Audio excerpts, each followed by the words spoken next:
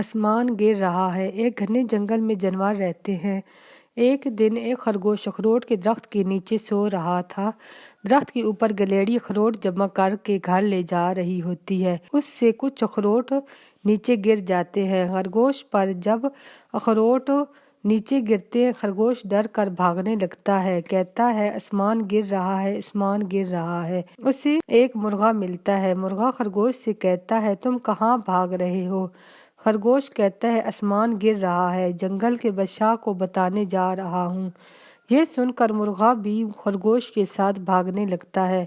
हिरन भी उनको जब भागते हुए देखती है तो वो भी उनसे पूछती है। हिरन को भी यही बात बताते हैं। हिरन भी इसी तरह गीदड़, लोमड़ी और कुछ और जानवर उनके साथ भागने लगते हैं। आखिरकार जब शेर के पास पहुंचते हैं, शेर उनको देखकर कहता है कि तुम सब इतने परेशान क्यों हो? सब कहते हैं कि आसमान गिर रहा है, आसमान गिर रहा है।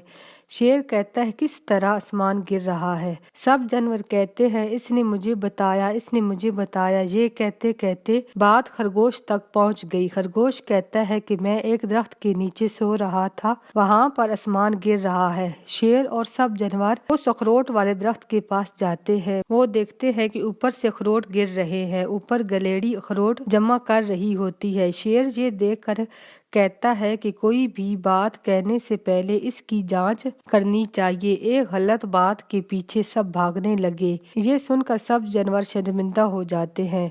हमें भी हर सुनी सुनाई बात पर यकीन नहीं करना चाहिए। पहले ये देखना चाहिए कि इसमें कितना सच है और कितना झूठ।